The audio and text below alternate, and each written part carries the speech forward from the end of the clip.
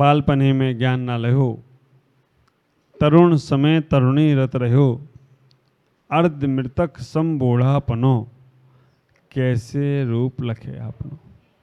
6 डाला में हमने पढ़ा है अर्ध मृतक सम बूढ़ापनो। अर्ध मृतक समपन क्या है? हम लोगों को मालूम है अर्ध मृतक जो आधा मरा हुआ, आधा जिंदा आधा मरा हुआ।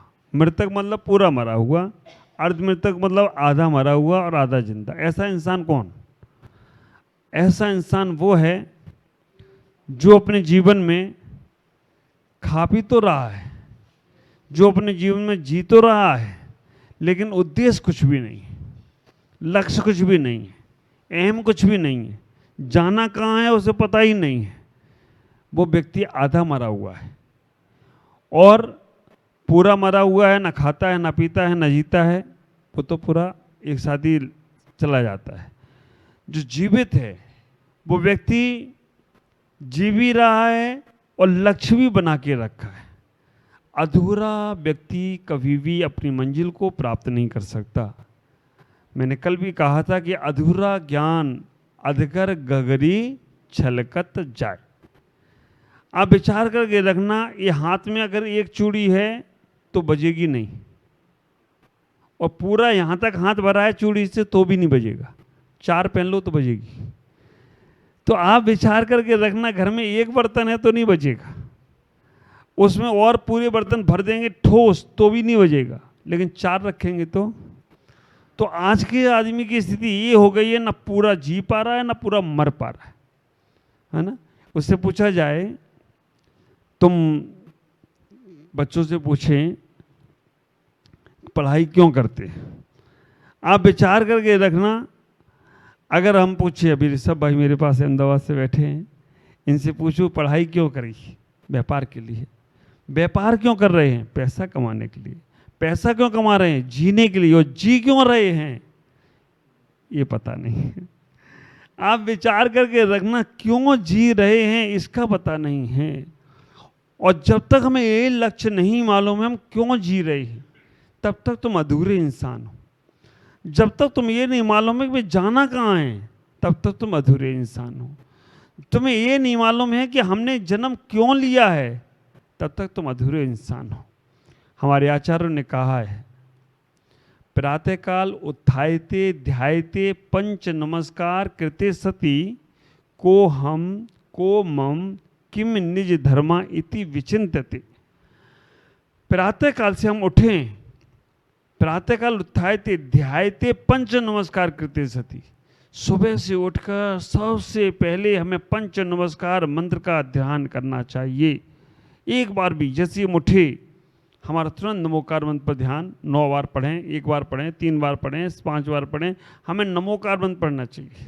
लेकिन आज की स्थिति बताओ, सुबह उठकर सबसे पहले, अम्मा भी बता रही और ये सब बता रहे, सबसे पहले उठ के देखते मोबाइल चार्ज हुआ कि नहीं हुआ। अब आप विचार करो, रात को तुमने मोबाइल चार्ज में लगाया और स्विच ऑन करना भूल गए, सुबह कितना दिमाग खराब होता है तुम्हारा। तो हमारा नमोकार मंत्र मोबाइल में चला गया। तो हमें सबसे पहले ध्यान में करना है, प्रातःकाल उत्थायते ध्यायते पंच नमस्कार कृते सति।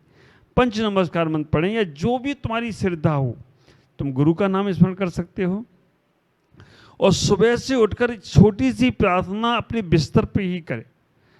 मैं आपको पूरा दिन इतना उल्लास से भरकर जी सकते हो, इतना आत्मीयता से भरकर जी सकते हो। प्रातः काल उठकर सुबह बिस्तर पे ही हम एक बार भगवान का स्मरण कर लें, और भगवान का स्मरण कर करके इतना ही विचार करें, भगवान आज का दिन आपकी वजह से मैं देखने को मिल रहा है, हमसे दिन भर में कोई गलती ना हो, हमसे कभी किसी का मन ना दुखे, ये मेरे छोटे छोटे हाथ अच्छे काम में काम आएँ, ये मेरे पैर कभी गलत जगह पे हमें ना ले जाएं, हमारे मुख से किसी का अपमान ना हो।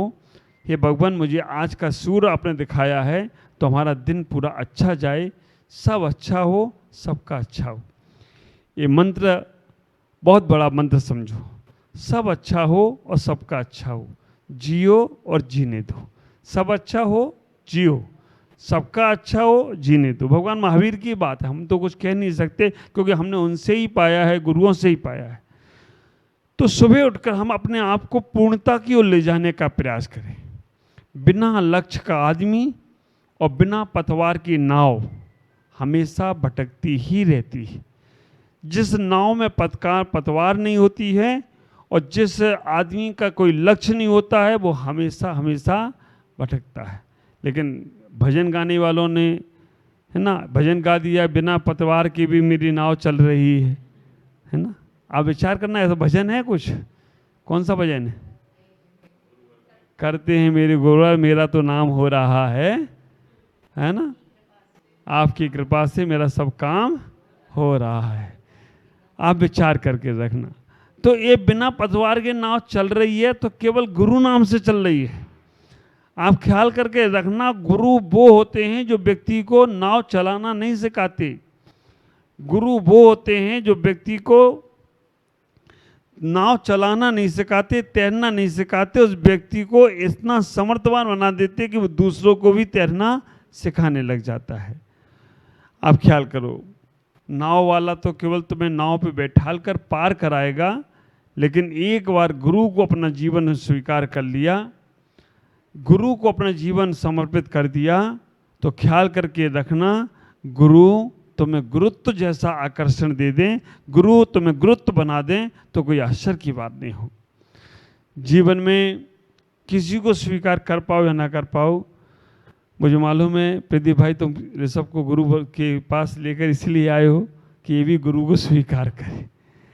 प्रार्थना को भी तुम इसीलिए लेके आए हो कि ये भी अपने जीवन में किसी गुरु को स्वीकार करें, जिससे उनके जीवन में आनंद ही आनंद बरसे। ख्याल करो, मैं इतना ही विचार करना चाहता हूँ, कहना चाहता हूँ कि अपने जीवन को लक्ष्य में बनाने का प्रयास करो। लक्ष्य थोड़ा भी हो, लेकिन लक्ष्य समर्पित भाव वाला हो। एक व्यक्ति पहुंचा कि भगवान मुझे अपने जीवन में ध्यान करना है, आत्म साधना करना है, कैसे की जाए? गुरु ने कहा पानी में तैरना नहीं है, पानी में डूबना है। तैरने वाला अगर 10 किलोमीटर भी तैरता है तो केवल थकान ही प्राप्त होगी उसे, और डूबने वाला नीचे तल में डूब जाता है तो नीचे से मोती निकाल कर लेकर आ सकता है।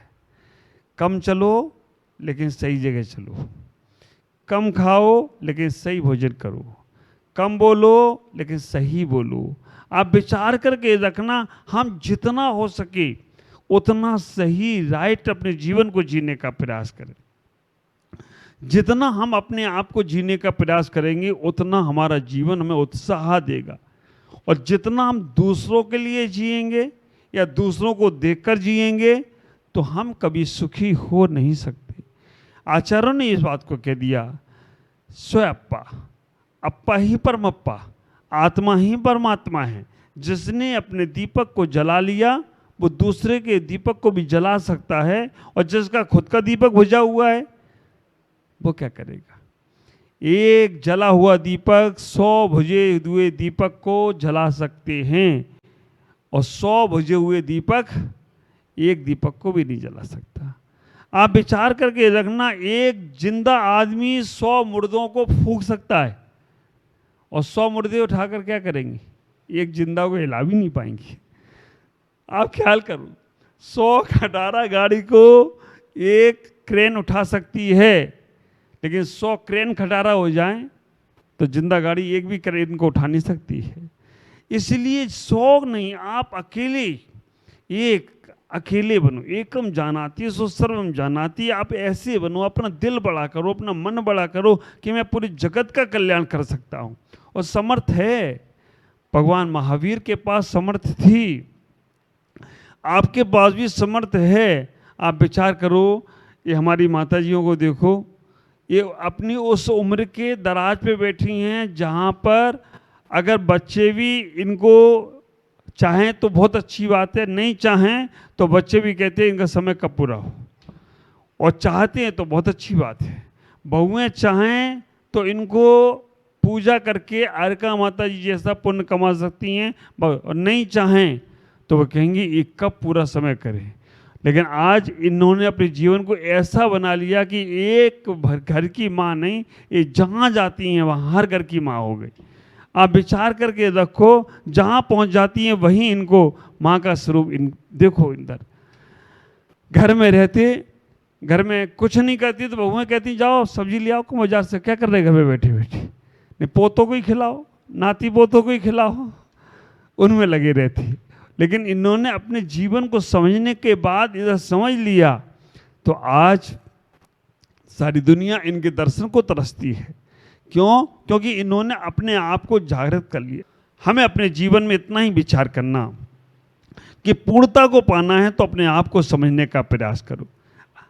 हमारा स्वरूप बहुत सुंदर सा है। मैं अक्सर कहता हूँ ये ज़िंदगी बहुत खूबसूरत है, ये ज़िंदगी बहुत खूबसूरत है, बस इसे समझने की ज़रूरत है। समझ गई तो परमात्मा की मूरत, और नहीं समझे तो शैतान की सूरत है। हमें दुनिया को नहीं जगाना है, अपने आप को जगाना है। एकम जाना थी, अकेला चला, बंगाल में एक कहावत है, अकेला चला कारवां अपने आप जुड़ता जाएगा। अकेला चालो, अकेला चालो, प्रदीप वैसे ही बोल रहा है, अकेला चालो कारवां अपने आप जुड़ेगा। तो हमें इतना ही विचार करके रखना, तुम अपने आप को जगाने का तो प्रयास करो। हम अपने आप को जगा भी नहीं पा रहे हैं और सुला भी नहीं पा रहे हैं। हम अपने आप को उस अवस्था तक पहुंचाने के लिए जागृत अवस्था लाएं। अधगर गगरी का बाल नहीं रखें, इतना ही ख्याल करके रखें कि बालपने में ज्ञान न रहो, तरुण समय निरत रहो, अर्ध मृतक सम। तो हम अपने आप को जागृत करने का प्रयास करें, लक्ष्य बनाएं। बिना लक्ष्य कुछ भी नहीं होता है। पुस्तक हम जब पढ़ते हैं, पूरी पुस्तक में, पूरे ग्रंथ में सबसे महत्वपूर्ण पेज कौन सा है? सबसे महत्वपूर्ण पेज कौन सा है? इंडेक्स वाला। आप विचार करके रखना, विषय अनुक्रमणा वाला पेज जो है, पहला पेज है, उससे अगर आपने पढ़ लिया तो कहाँ पर कौन सी पूजा लिखी है, कहाँ पर कौन सी स्तुति लिखी है, कहाँ पर कौन सा क्या लिखा है, वो सब समझ लोगे। और वो पहला पेज नहीं है तो आप पलटते रहो पन्ने, पलटते रहो पन्ने, कुछ भी होने वाला नहीं। तो आप अपने जीवन का लक्ष्य बनाओ। पढ़ने वाला बच्चा एक लक्ष्य बनाता है कि मुझे मेरिट तक जाना है, मैं मेरिट तक जाने का प्रयास करूंगा, मैं इतने अच्छे नंबर लेकर आऊंगा कि हमें को स्कॉलरशिप भी मिलती रहे और हमें सब कुछ होता रहे, और हमारा इंटरव्यू देने के पहले ही हमारे लिए अपने आप ऑफर आने लगें बड़ी बड़ी कंपनियों की। उसका एक लक्ष्य होता है। व्यापारी का लक्ष्य होता है कि मेरा ब्रांड ऐसा चमकना चाहिए कि बस ब्रांड जहाँ पहुँच जाए वहाँ हमारी पहचान अपने आप हो जाए। पढ़ने वाला व्यक्ति, व्यापार करने वाला व्यक्ति अब विचार करके रखना, और घर में रहने वाला व्यक्ति भी ये चाहता है कि मैं घर में इतनी अच्छी तरह से कार्य करूं कि घर के हर रिश्तेदार कहें कि हाँ बस वो है परिवार में तो घर बहुत अच्छा चल रहा है, वो है परिवार में तो घर को जोड़ के रखा है। ऐसा एक लक्ष्य होता है। ऐसे ही सन्यासियों का एक लक्ष्य होता है कि हमें वो परिणाम शांत रखना है कि हमारे ऊपर आरी भी चला दी जाए, हमारे ऊपर कितनी अपशब्द बोले जाएं, पर मेरे परिणामों में कभी भी कोई भी विकल्पता नहीं आना चाहिए। क्योंकि हमें मालूम है हमने ऐसा ही बीज बोया था, वैसा ही फल काटने को मिल रही, हमने ऐसा ही कार्य किया था, वैसा ही हमारे जीवन में आ रहा है। अब हमारा हिसाब, बैलेंस शीट चुकता होने वाली है, तो हम क्यों उसमें अपने पेन और कलम चलाने की कोशिश करें। इसलिए अपने जीवन को व्यवस्थित बनाने का प्रयास करो। हमें अपने जीवन में अपने आप को समझने का प्रयास करना है, अधूरापन छोड़ना है, संकल्प करना है कि हमें अपने लक्ष्य को पाने का प्रयास करना है। इतना ही ख्याल करो। तुम्हारे जीवन में आलस सबसे बड़ा दुश्मन है। आलसी व्यक्ति सबसे बड़ा दुश्मन अपने जीवन का होता है। हमारे यहाँ आचार्यों ने कहा है प्रमाद सबसे बड़ी हिंसा है ना। प्रमाद सबसे बड़ी हिंसा है और आलस सबसे बड़ा दुश्मन है। आलसी व्यक्ति ख्याल करके रखना कि वो अपने काम हमेशा दूसरों पे छोड़ेगा। आलसी में और प्रमादी में अंतर क्या है? आलसी व्यक्ति और प्रमादी व्यक्ति में अंतर क्या है? प्रमादी व्यक्ति जो होता है वो कार्य करता है, लेकिन थोड़े समय बाद या उससे अनजाने में कुछ ऐसे कार्य हो जाते हैं जो करना नहीं चाहता है। और आलसी व्यक्ति अपने जीवन में इतना तक कर लेता है कि उसका बुरा होता हो तो हो जाए, लेकिन वो काम समय पर नहीं करे। जितना आलस करोगे तुम्हारा शत्रु या तुम्हारे बीमारी का लक्षण। आप विचार करके रखना, आलसी व्यक्ति सबसे ज़्यादा बीमार पड़ेगा। कहीं पेट दुखेगा, कहीं पीठ दुखेगा, कहीं कमर दुखेगी, और कुछ नहीं दुखा तो दिमाग तो दुखते ही रहेगा उसका। तो ऐसे आदमी को कभी कोई ठीक नहीं कर सकता। हमें एक्टिव रहना है, हमें अपने जीवन में हमेशा जागृत रहना है, तन से भी जागृत रहना है और मन से भी जागृत रहना है। तो आलसी व्यक्ति को आलस दूर करना है तो आप विचार करके रखना कि हम थोड़ी बहुत बीमारी में अपने आप को विश्राम में न ले जाए। हम थोड़ी बहुत बीमारी में अपने आप को पलंग पर लिटाते हैं, अपने आप को शरीर को विश्राम देने का प्रयास करते हैं, देना है, पर उतना नहीं जितना उसको बहुत ज़रूरत है। थोड़ा सा आराम करो, फिर अपने काम में लग जाए। आज इतना ही कहूँगा कि आपका लक्ष्य संपूर्णता के साथ हो, आपका लक्ष्य मंजिल तक हो, अधूरा नहीं होना चाहिए। हमें जो उत्तम प्रवृत्ति, मध्यम प्रवृत्ति, जघन प्रवृत्ति और निकृष्ट प्रवृत्ति, 4 प्रकार के लोग हैं। उत्तम वो लोग हैं जो सोचते हैं वो करके दिखाते हैं। मध्यम वो लोग हैं सोचते तो हैं लेकिन कठिनाइयाँ आती हैं तो अधूरा छोड़ देते हैं। जघन वो लोग हैं सोचते तो बहुत है, करते कुछ नहीं है। और निकृष्ट वो लोग हैं न सोचते हैं, न करते हैं, न अधूरा छोड़ते हैं। आराम बड़ी चीज़ है, मुँह ढक कर सोइए, किसको उसको रोइए, किसको उसको धोइए। तो आप विचार करना ये 4 में से आप कौन है। उत्तम प्रवृत्ति के होंगे तो जो लक्ष्य बनाया है उसे पूरा करेंगे। मध्यम होंगे, कठिनाइयों के बाद छोड़ेंगे। और कार्य करते हुए कोई कार्य पूर्ण ना हो तो वो व्यक्ति की सफलता की पहचान है, आज नहीं तो कल होगा। और जघन व्यक्ति वो है, सोचता तो बहुत है लेकिन करता कुछ भी नहीं। और निकृष्ट वाला वो है कि ना सोचता है, ना करता है, ना अधूरा छोड़ता है। आराम बड़ी चीज़ है, मुँह ढक कर सोइए। इसलिए आज इतना ही कह रहे हैं, अपने जीवन के लक्ष्य को बनाएं, तभी तुम्हारा जीवन सफल होगा। ओम नमः, जय गुरुदेव।